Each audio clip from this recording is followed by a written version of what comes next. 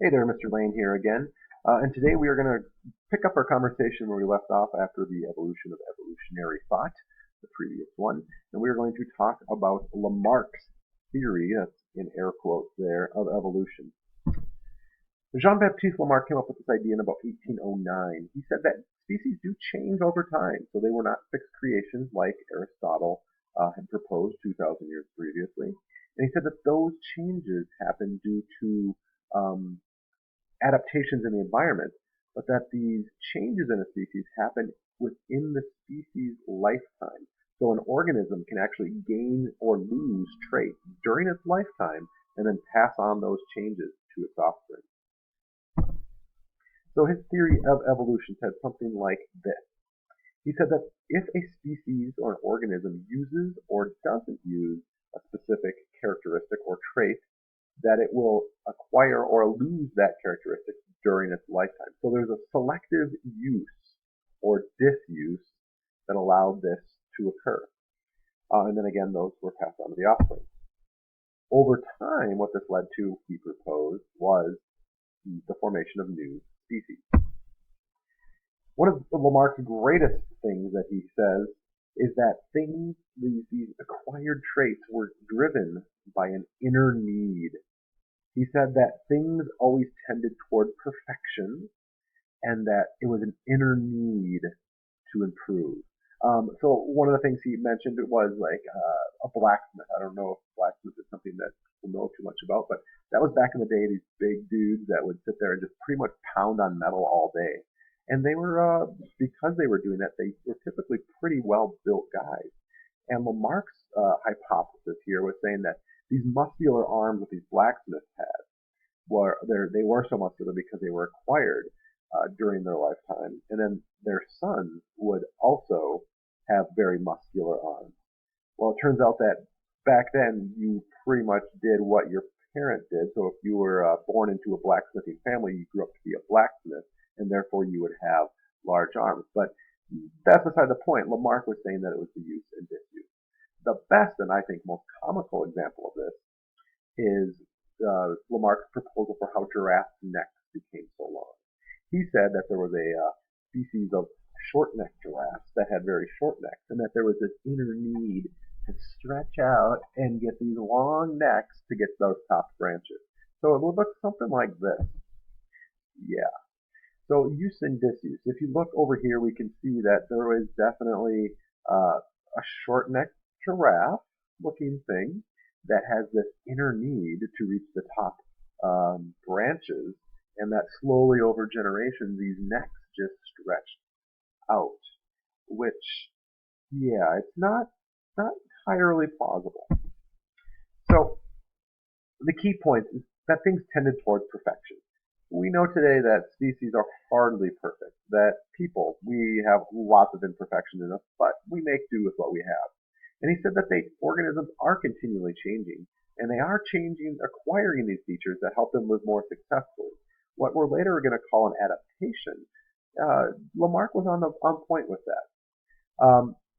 The mechanism behind it, not so much. An example, he said that one day there was flightless birds, imagine these tiny little wings, but they weren't winged yet, and they just said, I want to fly. So they started flapping, and then one day they just picked up and left. It would be how birds developed the ability to fly from a Lamarckian perspective, because they had this inner need to want to get better and to improve.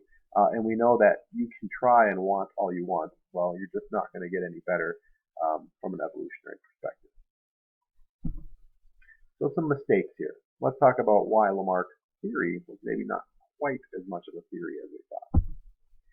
He didn't know that traits were inherited. So neither did Darwin, but Lamarck, we know that these traits are passed on something called a gene. We're going to explore lots about genes in the second semester of this course. And that genes are not really changed by activities in life. Now, there is a new breakthrough in what we understand about how genes are read, and this is called epigenetics. And the genes themselves are not changed, but choices you make in your lifetime can affect how those genes are read in your offspring or even your grandchildren. So think about that before you decide to make some bad choices on the weekend about chemical use. or about having too much stress, or your diet. The choices you make during your lifetime can affect how genes are read, but the genes themselves are not affected. And that morphological change, or changes in the way something looks, its anatomy, that happens through mutations in your DNA.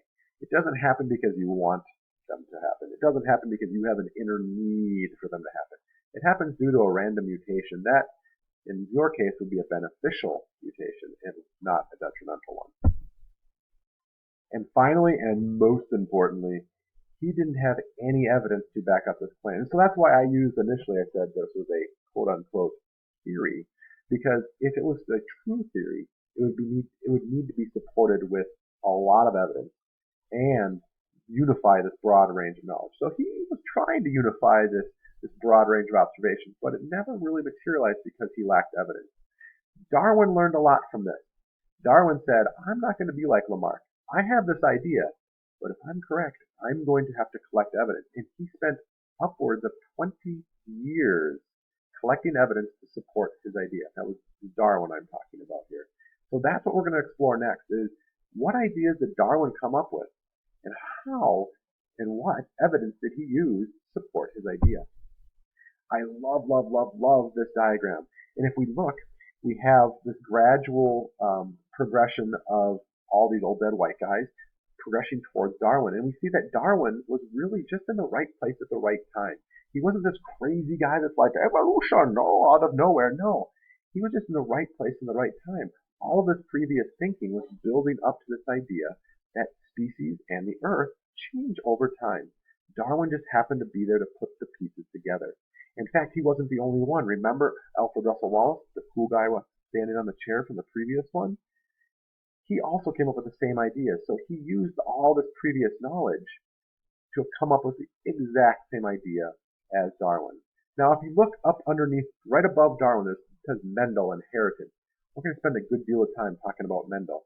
Mendel is who we call the father of modern genetics. And he actually came up with the idea of a gene well before his time. And we'll come back to that second semester. So right now what I'd like you to do is I want you to try it.